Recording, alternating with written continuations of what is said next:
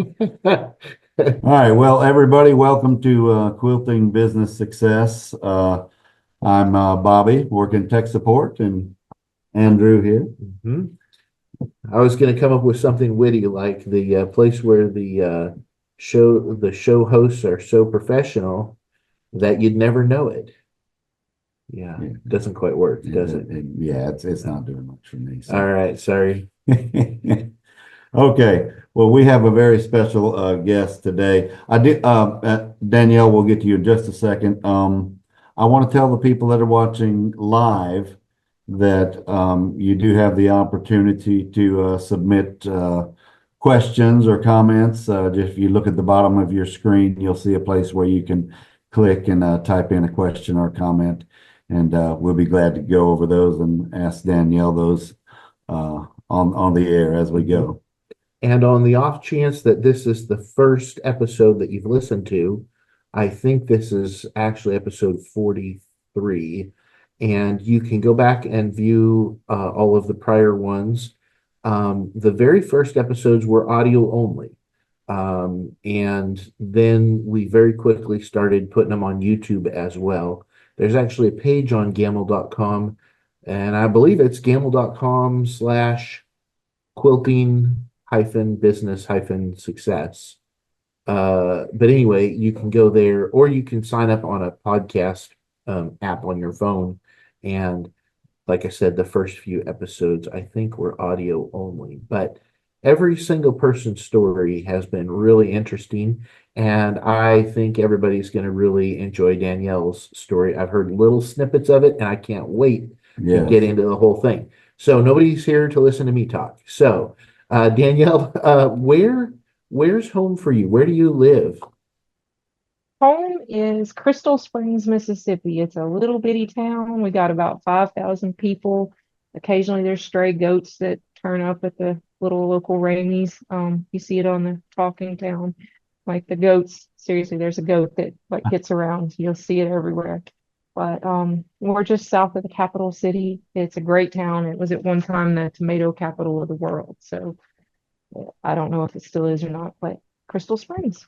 So is Yeah. is it pretty rural then? It's a long ways away from a big city or Not at all. It's 30 minutes from Jackson. We're 30 minutes outside of Jackson. So the big city is 30 minutes in either direction. You're going to be in a big city. Yeah. gotcha. Okay. Well, it's good to have a fellow Mississippian on the show. You may be the first. So that's good. I'm from the Hattiesburg area down there. So The Pine Belt area. yes. So Danielle, how long have you been long arming? Since 2019, I started on a used machine that was not a Gamble. I had bought it off a marketplace and the motor was shot. Like you could work for about 5, 10 minutes at a time and you wouldn't think anything was wrong with it. The 30 to 45 minutes into it, it would smoke. So it just never worked. But despite all of that, what I figured out was I really, really liked long arming. It was like the world's biggest pencil, and it was a whole lot of fun. And I just enjoyed it so much. And so, despite all of that, I was like, yeah, I'm going to get a new one of these. Not going to go with a used one. And I looked around and I was like, yeah, I want a Gamble. So I got a Gamble. And the Gamble I bought new in 2020, the day after Christmas it was delivered. Hmm. Wow. Did you look, you mentioned that you'd picked the Gamble. What was the main thing that you saw about it that made you decide to get that one? You didn't really see Gambles up for sale. Like you would see other brands. You would see a whole lot of baby locks up for sale. You really wouldn't see Gambles up for sale. You, I mean, and if they did go up for sale, you could tell that they had been really well taken care of because their price point was so close to new that it was just like, okay, this is a good brand. I'm going to go with this. And what type of Gamble machine did you start with? This is my first one. It's a Gamma Vision 2.0. It's a 22-inch head Yeah. on a 12-foot frame. And I thought about the 14-foot frame because my used one had a 14-foot frame. And then I decided not to get a 14 again because there really wasn't that much of a demand for something that big. It just took up more space, but there really wasn't a whole lot more that 14 would do that the 12 wouldn't. So if you're looking at it, the 12 works for pretty much anything you'll ever see. Mhm. I agree with that sentiment. It's very rare to find somebody who's had to turn away a quilt because it wouldn't fit on their 12-foot frame. Men, I can speak for men, I think. Sometimes when we will make our first quilt, we always think bigger is better. And so we'll do a king size quilt and then put an extra border around it. But those are not the people that you're doing quilts for all the time. But that's just kind of how God wired us. So what can I say? So, Hold up that quilt. so did you get this machine specifically to do a long arm business, or did you buy it for yourself first and then? Um, it's kind of interesting how this came about. I had originally gotten it because I had toyed around with possibly quilting for the public, but like a lot of things in my life, I sort of fell into it. In 2020, the whole world sort of got put in timeout. I mean, we all know that. Mhm. Yeah. At that point, I was a wastewater operator, and I had been for a very, very long time. And I'm a United States Navy veteran, so that should let you know that I don't really frighten off from a lot of challenges easily or at all. But in 2020, where I was at had sent out an email and they accidentally included me in this email. My name, first and last, was about 3 letters different from somebody else in the company. And he was much higher up in the company than I was. And so when that email came out and I got it, the email is that by December of 2021, everyone would have to take a vaccination that was out. In 1996, I had taken an anthrax vaccine and developed Bell's palsy from it, and it cleared up. But the United States Navy at that point put me on a no vaccine list. I was told very, very clearly at 21 years of age that I was not allowed to take any vaccines of any kind ever, ever again, because once you've had one reaction, they say the potential for death is very, very high. So my mind going into 2020, regardless of the politics or anything about it, I already knew what my medical choices would be. And so the company had put out that to continue working there, everyone would have to have this. So that was, and I went to the company and I said, hey, look, I can't do this. And they said, we'll talk to your doctor and see if your doctor will admit you to the ICU before you take it. And I went, so you want me? That's interesting medical advice from a non-medical person, but okay. Right. And I went, That's my no. first thought. I'm sorry. That's I went, no, no, no, we're not doing that. And when this email came, I promptly started looking around and I'm like, okay, I already know I like long arming. Maybe this is something that can get me through. hmm. And so I went to, at that point, Gamble was still selling through local dealers. And so I went over a couple towns over and I bought the Gamble and they delivered it the day after Christmas. Oh. And I'm very, very partial to that long arm. I will probably never get rid of it ever because So it saved my I'm life. curious if, because I want to follow your timeline. So, you got the email letting you know that you had a problem at work. At how many months before you got your machine? Was that 8 months? No, they, I went 2 days after that email came and bought the Gamble. Oh, okay. It was right away. Okay. All right. I was like, we're gonna have to find another, we're gonna have to pivot and find another thing, find some way to do this because everything coming at you so quickly was, well, everyone's gonna have to take this and you won't be able to get a job and you won't be able to do this and you won't be able to travel. And I'm like, okay, so I'm gonna be forever outcast in society. And that was what I was thinking was gonna happen at this point in time. So I went, all right, we'll just make quilts.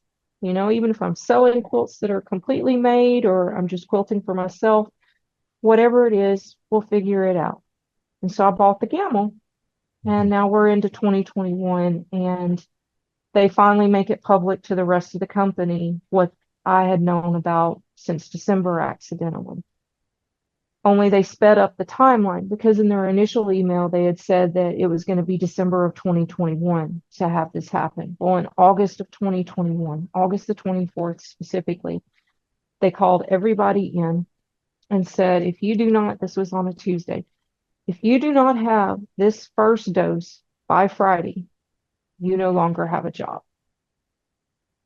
And so I tried talking to them, and that was when they suggested I get my doctor to admit me to the ICU in case I had problems to, take the first dose. And I went, no, that's not going to work for me. So, I don't know where you are in terms of higher powers or God or whatever, but I do believe in God.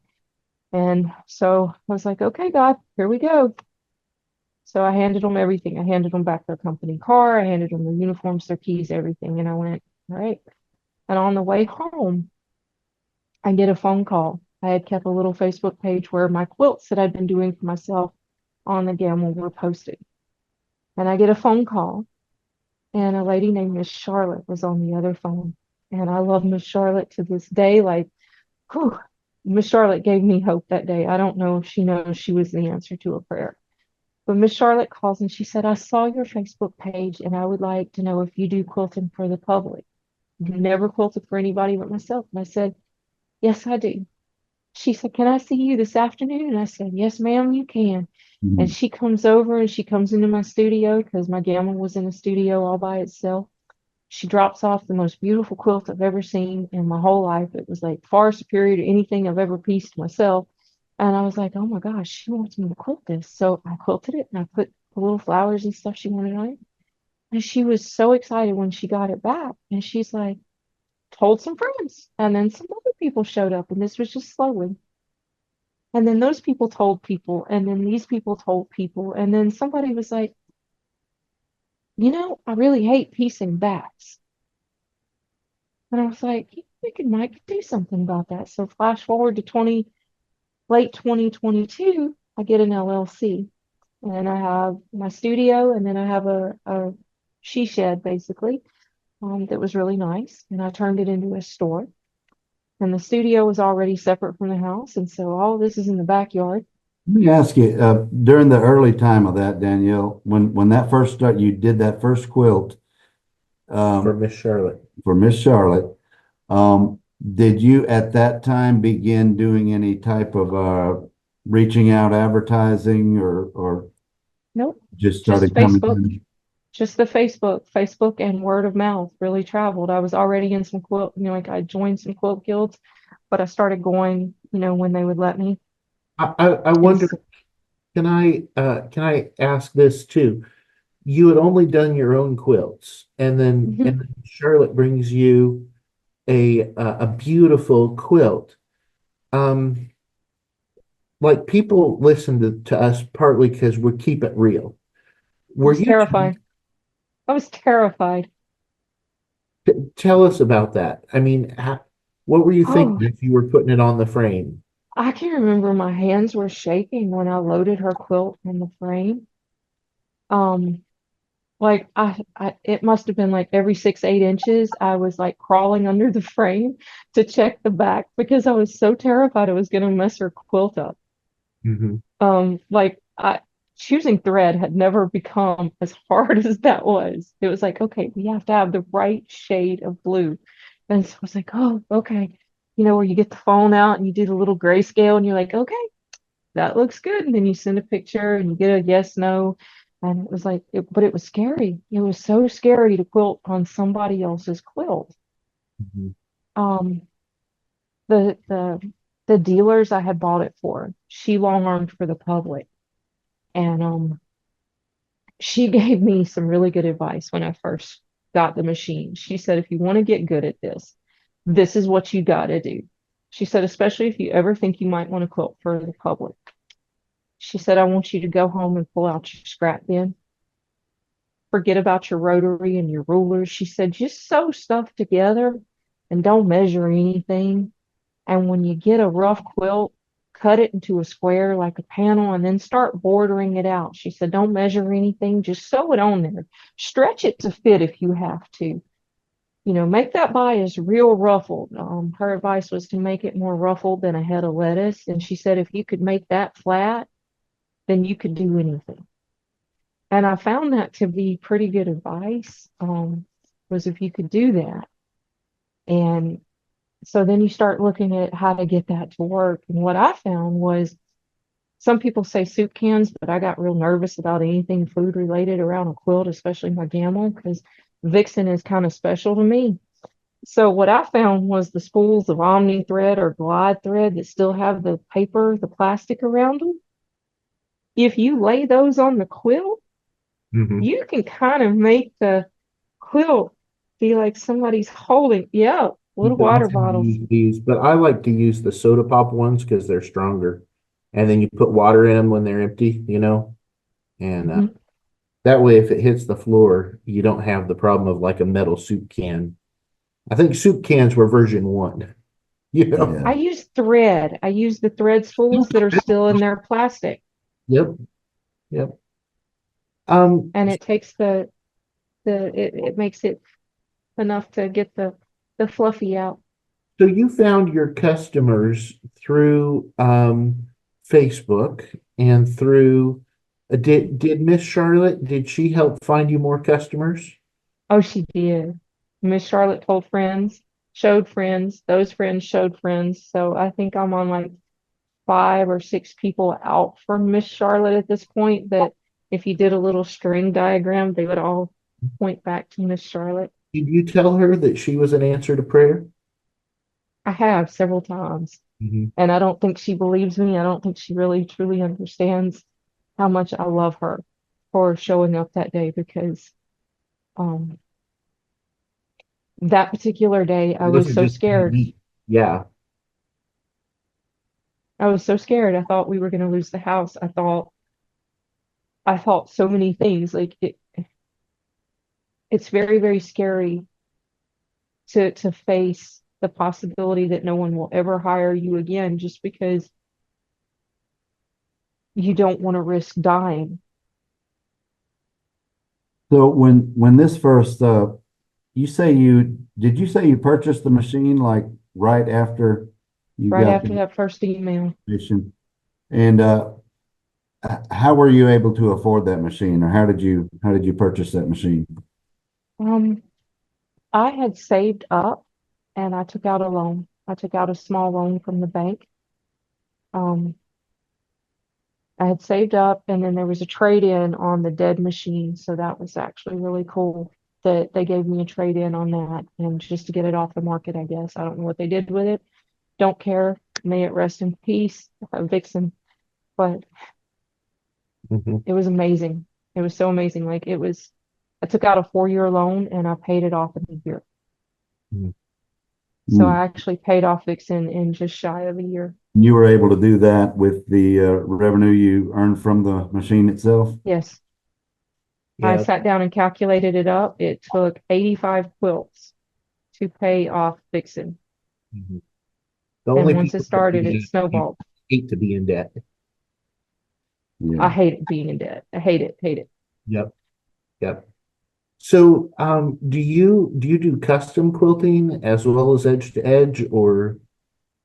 I do a lot of edge to edge, not so much custom. I do what I call modified custom, which is sometimes people will come in with like panel quilts or stuff where there's a lot of decorative in the center.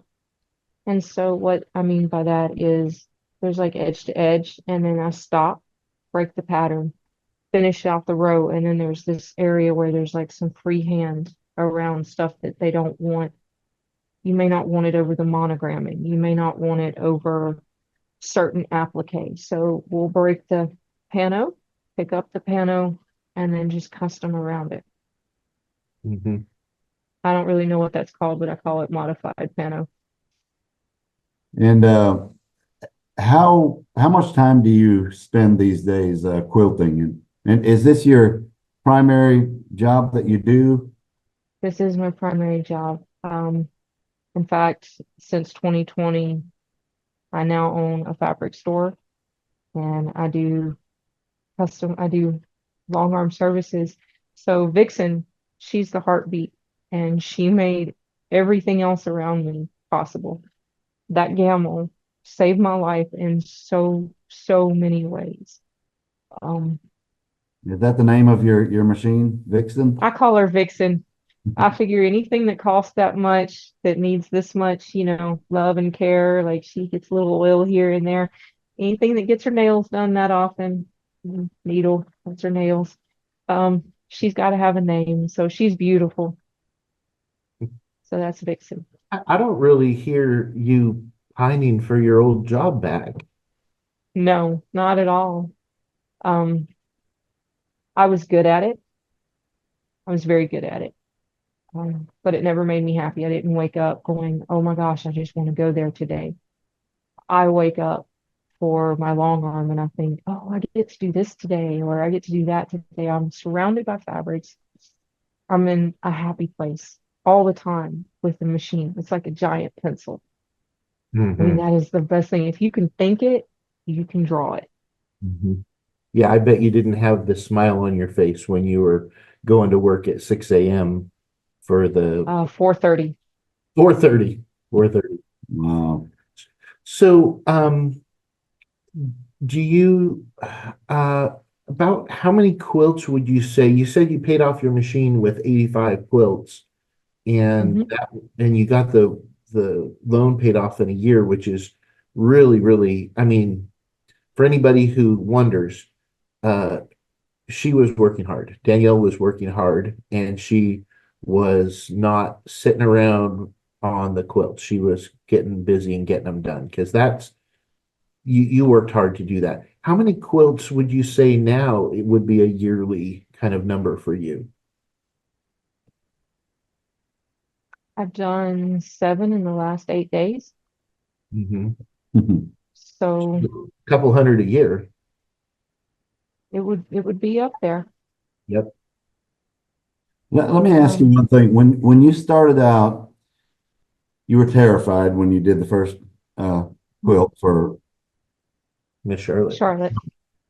um, after you got a few quilts in, did you start to get a rhythm with it? Did you start to feel more comfortable with it? You do feel more comfortable, but I don't think you ever lose that terrified feeling. So you got somebody else's stuff you're dealing with. Right, because once you do this, you realize people tell you about their quilt. They'll say, "Oh, this was my brother's clothes.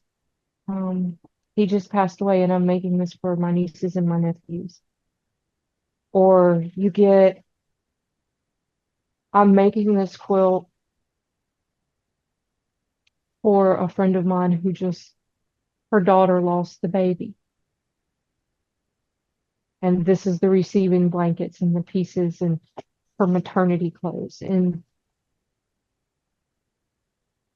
a quilt is never, ever, ever just a quilt. Some people may be putting them in a show, and then some people make them and they want them dragged through the park, the dirt, the sand, wherever. It's a blanket fort waiting to happen. But at the end of the day, that quilt has a life and it's going to have memories, and it's made as comfort, and it's so comforting to people when they get that quilt. And what makes it so special is you see a smile come across their face when they get it. And I still get people saying, "Oh, you made my quilt beautiful." No, I didn't. I made your quilt beautiful. Your quilt was already beautiful. You just let me put the little tacks in it that hold it together. But the real work they did. That's not my work. That's theirs. I just get to do little sparkly stuff at the end. There And was it's. there was a story of, I don't know if it was a sculptor or something, but the idea being that they start with a rock or whatever they're sculpting, and they chip away all the parts that don't belong, and then what's unveiled at the end is a majestic sculpture. But uh it's interesting that that the way they look at it is they just brought you a flat top and you brought it to life. That's how your customer sees it. But you see it as, oh, you brought me this beautiful quilt top, and all Mhm. I did was finish what you had already done, you know. Right. But it really is interesting how your perspective, it really affects how you see that. And we do have Lisa has submitted a question asking, do you use any business software? What do you mean business software? Well, there are some software out there for tracking quilts in particular, like what color thread the customer wants and what pattern you're going to use. But you may use software like that, or you might use something like QuickBooks or something. I don't know what the answer is, but I think that's I use Excel. use I use Excel. Excel. I use Excel spreadsheets. I did a lot of spreadsheets in my former career, so Excel and I became really good friends. So I use a lot of Excel. And then when the intake comes in, I have invoices that have carbon copy, like, they'll tear apart. And that just one copy will always stay with me and one copy will always go with the client. So I can actually look back through and see what I've done for someone else Do without having you to pull up Excel. do you consider yourself one of those type A personalities who keeps all the T's crossed and I's dotted and organized, or are you more of a laid back? I'm very OCD. Okay. I spent a lot of years between the military and dealing with the EPA and the MDEQ for water results. So you don't work in a lab for a lot of years without picking up I hand wash my hands like still 100 times a day, but I don't think that habit will ever go away. But you just pick it up, and so you're always just keeping notes. And it's there. How many hours in a regular week? And I know every week is going to be different, but how many hours do you spend quilting to get? Because you said you did 7 quilts in 8 days or something like that. Is that full time pretty much, or? Pretty much. And is that 7 quilts in 8 days? Is that pretty much typical of? That's typical. Mhm. Um, how long was it? Was it maybe a year, or how long was it before you realized that you had a going concern that could replace your job? I mean, you didn't realize it on the first day with Miss Charlotte. No, it hit when I was looking back through the Excel, getting ready for taxes that would come up in 2020, January of 2023. So around October, I started looking at it and I kept track from 2021 to current. And I went, there's a clear trajectory. And I'd had a lot of people say, hey, what you should have is some wide backs here. We need a lot of wide backs. I hate putting the seam in. And I went, hmm. So I sat down in October of 2022 and I filled out the paperwork and I LLC. And the name of my business is Ritzy Quilting Company. And no, I don't think I'm that fancy. Um, Ritzy was my grandmother's given name. I named my business for my grandmother. She was the one who taught me to quilt. And she would have thought that long arm was the coolest thing that she had ever laid two eyes on. Because she quilted the old fashioned way with hands on the frame over the bed or in the living room that dropped down from the ceiling. And when you got ready to put it up, it went back up to the ceiling with some ropes tied in all four corners. And that was how I had initially learned to quilt. And so I didn't know what else to name the company. And then it occurred to me that if she had never taught me to quilt, there wouldn't have been a long arm sitting in the studio. There wouldn't have been something to fall back on. So my grandmother, thinking she was just passing down this family thing without even knowing it when I was a child and a teenager, she was teaching me something that when the whole world felt like it was falling apart for me, those stitches she had taught me would come back in a different form and they would put me back together one little piece at a time. So I named the thing that I was creating because I wouldn't have known to create it without her. I named it for her. So we're Ritzy Quilting Company. And I LLC'd. And so then I was like, okay, what next? So I was like, okay, I'm just going to carry some wide back fabrics for people. Anybody, whether they use me or not, come in, get some fabric. Hey, cool. And then this funny thing happened. I was like, I think I'm turning into a fabric store. And so last year in November, we went to the bank and I said, hey, I found this great little building. I see. Will the bank give me a loan? So the bank went, hey, okay, cool. We'll give you this loan. And so I bought the building. And now it's a fabric store, and Vixen is still the heartbeat. She just moved from a studio to a commercial space, but she's still the heartbeat back there. So you've had this amazing path from the starting out with a lot of uncertainty, hardship, stress. And then it's like the Lord has had his hand in this situation through the whole path. And as with any path that we take, like you have been through, there has to be it's not all just roses and, No. everything easy. Can you tell us, what are some of the hardest, parts of building this business or growing this business that you have encountered? The hardest things that I've had to learn is it doesn't come when you want it to. It comes when it has to. Before I bought the building, I sat down and I prayed just like I had done the day I quit, handed over and said, I'm not doing this. And I said, all right, God, I am not the brightest child you have in your garden. And you got to give me this sign that lets even those of us that are prone to possibly talking to walls or licking a window know that this is what you want me to do. And this is before I got the loan. This is when I was like, okay, will the bank even give me a loan? I said, God, if this is not what you want me to do, give me a sign. If it is what I'm supposed to do, give me a sign. And so by this point, I had a website where I was listing the wide backs, and we paid for like so to build the website straight out of the gate. I was like, okay, if we're going to do this, might as well do it right from the beginning. And so I'm sitting at home with my little long arm doing some quilt, and my phone rings. And there is a lady on the other end, and she goes, I see that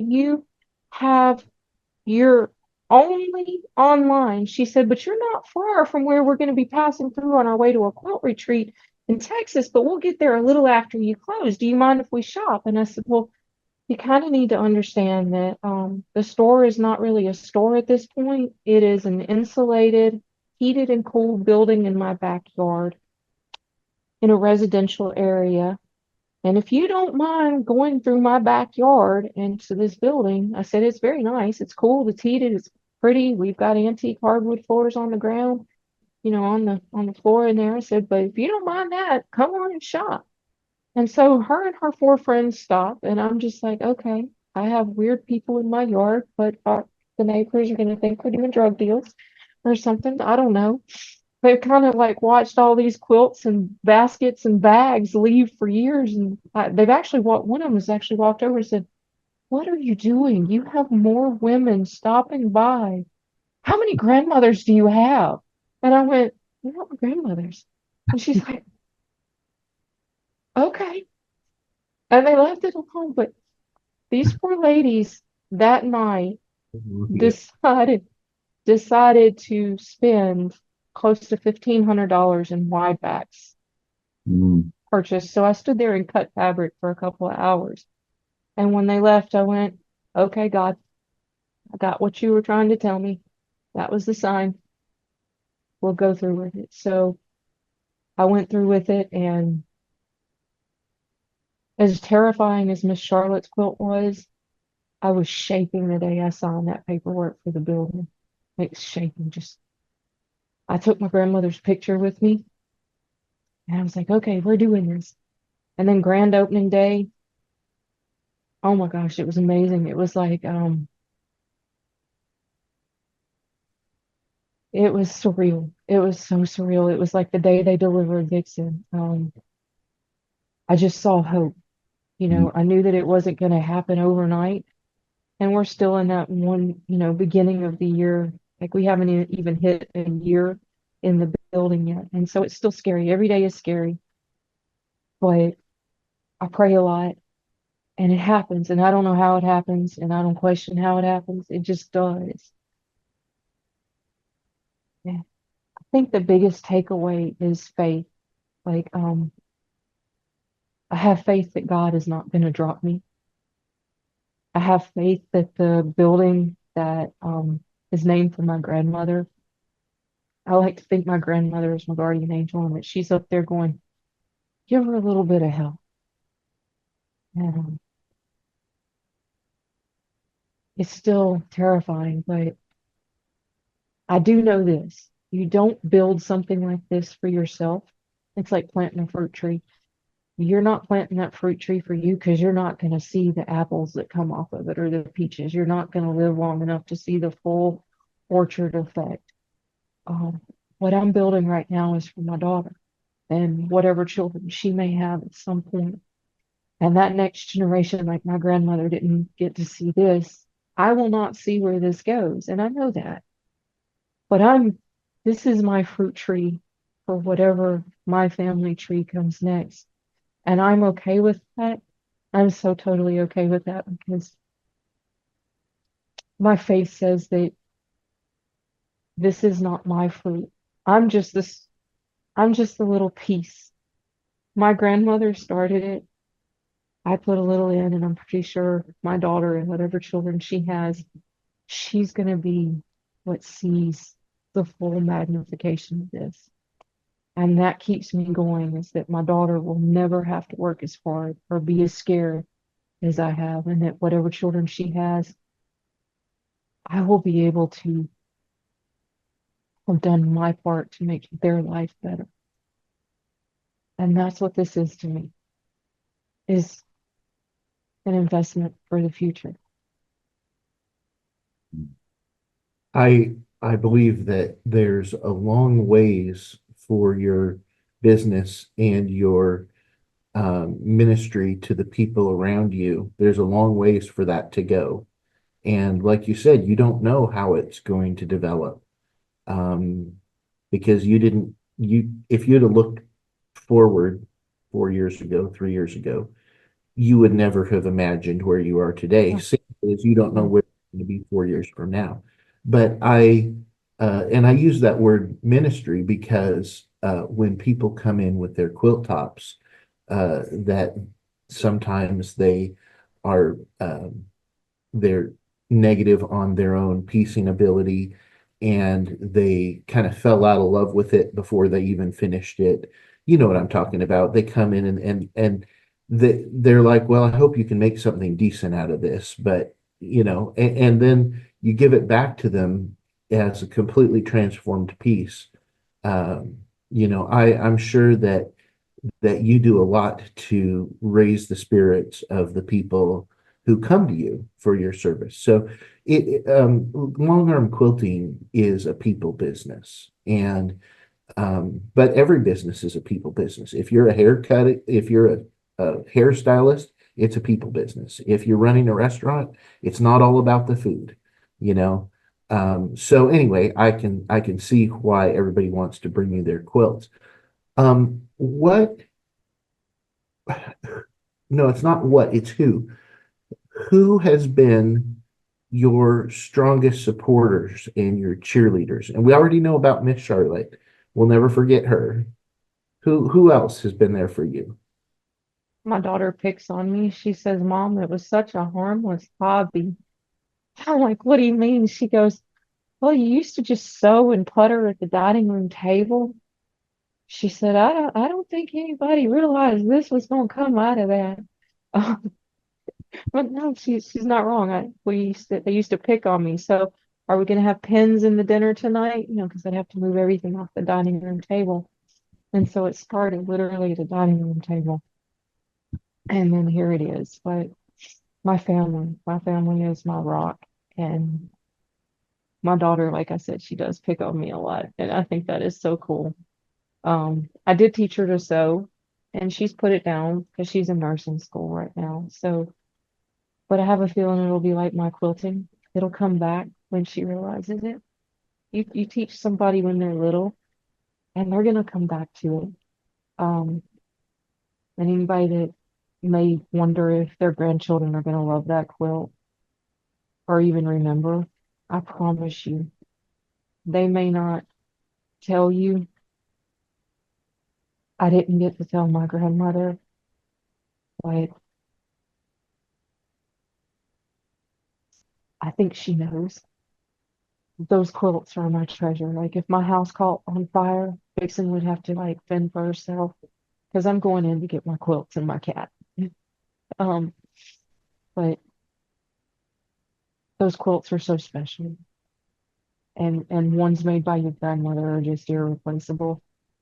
And to me, that's a fun part of what I do. I cannot tell you how many quilts have been left undone that people have brought to me and said, my grandmother didn't get this finished, and I'll finish it for them. So just a hint, if you have some stuff that you aren't wanting people to take as your family heirloom, you should probably finish it up and donate it or put it on the free table at your guild now because your grandkids might find another long armor and think that that is the quilt that you want them to be remembered by.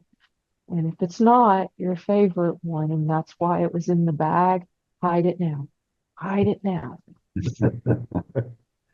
I'm curious, I don't know if you actually told us, how many, what kind of, how many hours a day do you spend quilting and doing this stuff? 5 to 6. Okay. You put out enough volume that's it's close to Close to the Statler level. Statlers, yeah. Yeah, you're doing I a started lot. thinking about that. So yeah, that's the numbers we hear from the people who have the computerized Right. systems.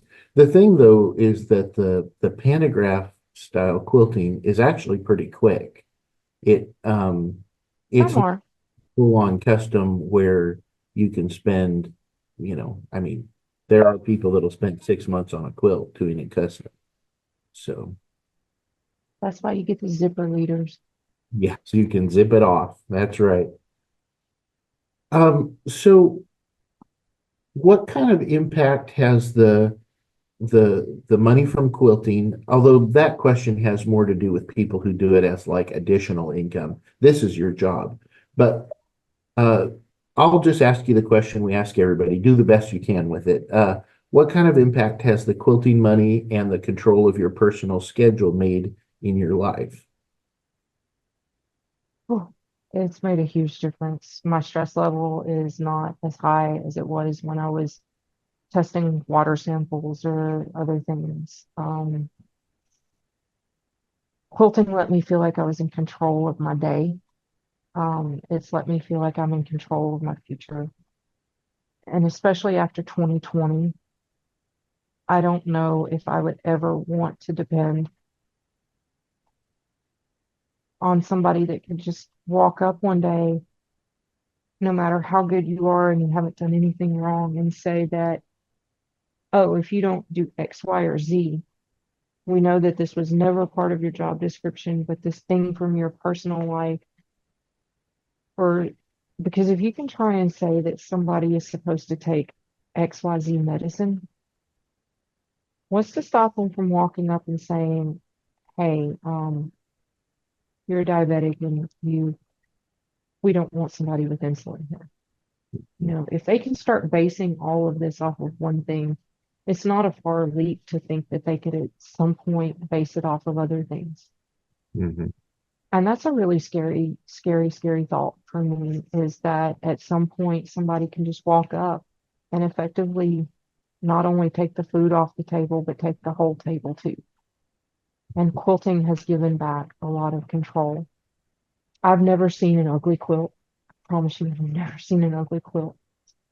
Um, every day I get to see the most beautiful hearted people come in here and say, oh, this is a donation quilt for the Pedal Fire Department, or the Brookhaven Fire Department, or the police officers are going to put these in their car and they're going to give them to kids that they find in trauma situations, or oh, we're doing these quilts and they're going to the VA nursing home. And that to me is so cool that these quilts are going to go take on a life and comfort somebody or give meaning and let somebody know at the end of the day that they're not forgotten and that they are loved.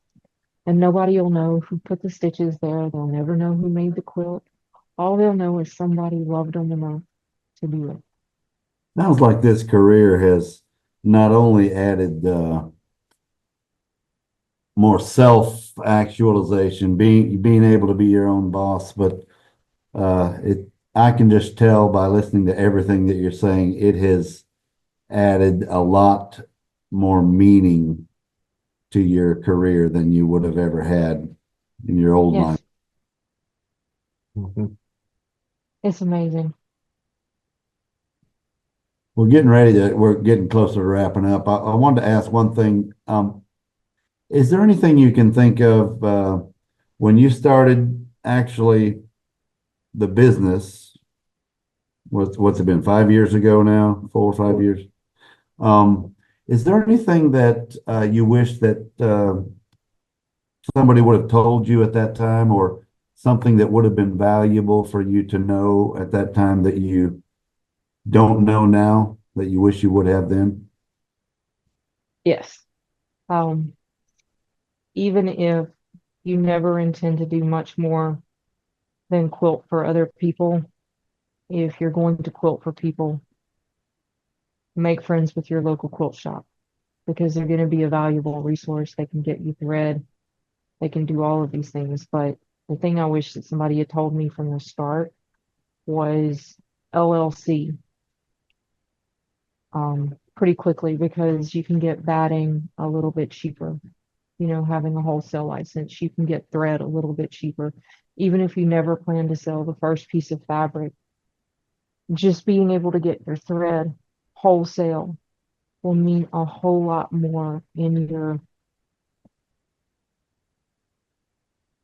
it just means a whole lot more profit in your pocket, because you know you're looking at wholesale thread and that's like $8-9 a spool versus $14 to $17 for the same one.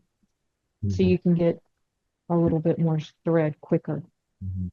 One of the things that uh,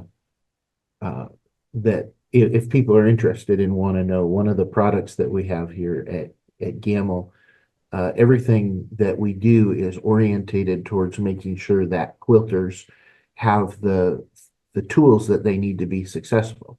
And this free program is part of that, right? We want people to know these things so that they can be successful in what they've chosen to do. But one of the products that we have is a coaching program. It's a 12-month long coaching program called Accelerate, and it's for people who are starting a quilting business.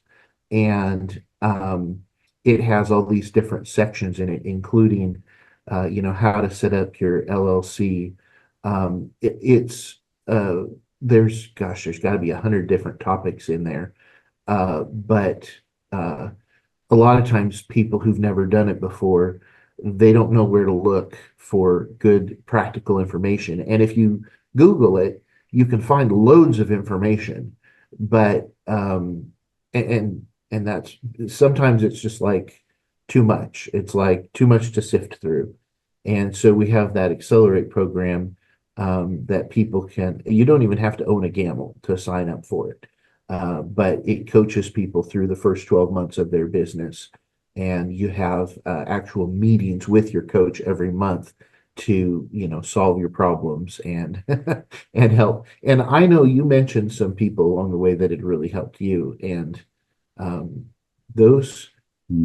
those supportive relationships are so valuable. The people that you can go talk to. And it sounds like you probably had some uh like it was a while before. How did you decide? What made you decide that you needed to set up the LLC? People kept bringing me backings And I kept hearing, oh, I don't like this seam down the center of my back, or, they would get creative to make it look like an artistic part of it. But the fact remains is you have all these seams from piecing the back. And so people were like, oh, well, I wish there were more choices because, a lot of times quilt shops or even Joann's or whatever is local to you, their wide back choices are like there's a white, there's a blue, there's a red, there's a black. You might have a yellow that's kind of orangish, and that's it. There's no pattern. It's just pick one, or else, get your 45 fabrics and put it together. And I was like, there's got to be more fabric out there. I've seen these at quilt shows. I know it exists. And I was like, I can do that. And so when I got the LLC, I got it with the aim of getting my thread a little bit cheaper and my batting a little bit cheaper because I realized I was going through a lot of batting. And so it's like, okay, we'll just bring in a few. And so people really responded to the wide back fabrics. And that's kind of the big thing. I probably have like 100, close to 100 wide back choices in the store, and there's more coming in all the time. So the back of your quilt shouldn't be boring. It can be just as pretty as the front of your quilt. Mhm. Life's too short to be boring. Use all the colors. Um, there's something that I like about wide backs in the fabric business, and that's because I have a little. I used to have fabric for sale and wide backs, and in a life long, long ago, and a store long, long ago, and far, far away. And there's a lot of times that you'll have bolts of 45-inch fabric that just sit there and nobody wants it. It happens all the time. But the wide backs, I never had a problem with because they were, designed to be wide appeal. They're not a specialty that has like, canoes and bears on it. And if you find the right person, they'll want 3 yards of it, right? But if you don't Sure. find the person, nobody will buy it. But the wide backs are designed to be of general appeal. And so I do feel like it's a wise investment to have wide back fabrics. Editorializing there. Um, so we are down to our last question, Bobby. But there's that there you'll have to ask her about her Facebook and website and where people can Yes. find her. But let me ask the last question first, and then Okay. he'll get to the last one. Um, so what advice would you give to somebody who's heard your story from 2020 and heard of all the things that you've gone through to get to where you are today? If some person like Danielle is sitting out there and she's thinking to herself, I want to do it, but I'm scared. What would you tell her? What's your advice to her? Well, um, kind of like riding a bicycle, getting married, having a baby, starting a business. There is no perfect time. You just sort of at some point have to take it on faith and make that leap. And you're going to bounce a couple of times while you learn to fly, but it's going to be so amazing when you do. Um, to give you context, I never at any point in my career made over $100,000 a year. As a wastewater operator in the state of Mississippi, you're doing really, really well if you make 52 to 55,000 a year. My husband works for the state and he doesn't make a whole lot either. So at no point have I ever cleared $100,000 a year prior to long arming and the quilt store. So I also didn't come from money. My dad was a cop and he passed when I was a teenager. My mom is in her 80s and she was a secretary. So I didn't come from money. I certainly didn't have that kind of money, but it's possible with a whole lot of faith. It is absolutely possible. Hmm. It's just, I was 22 when my daughter was born. So when I say that there is no right time to have a baby and there's no right time to do all of these things, there really isn't. It's just a matter of, I used to keep a sign on my desk that said you have two choices. You can live your fear or you can live your dreams. Choose wisely, but you don't get both. And if you're living your fear, that's putting it off. If you're living your dream, you find a way to do it and make it happen. Wow. Well, Danielle, we want to thank you so much. Your story has been inspirational and entertaining. Inspirational, not only the physical journey that you've taken, but the parallel internal journey and transformation that you've been able to share with us so powerfully, and we really appreciate that. Um, our time's come to an end, but before we go, I want to, do you have any place where people can get in touch with you or I do. information? I have a website. I have a website. You can shop with me. There's a contact button on there as well, so you can send me an email through it. It is www.ritzyquilting.com, Ritzy quilting.com, like putting on the Ritz, but Ritzy. Um, and when you get there, you'll see there's a greeting on the front page. It says, "Hi, darling." And that was my grandmother's personal greeting from me. So this is named for her. So y'all are all darling now. So welcome to the Ritzy family, and you can read about it. You can see it. You want to shop? I do fast shipping. Um, we just became a Janome dealer, so I'm really excited about that. But I wouldn't give anything for my Vixen back there. Um, Gamble, y'all changed my life. You really did, and you saved my life. And that machine back there it's amazing. There's no robotics on it. I don't want robotics, but I wouldn't give anything in the world for my Gamble. So thank Danielle, you. thank you so much. I have nothing to add. Thank you so much. Your story's amazing.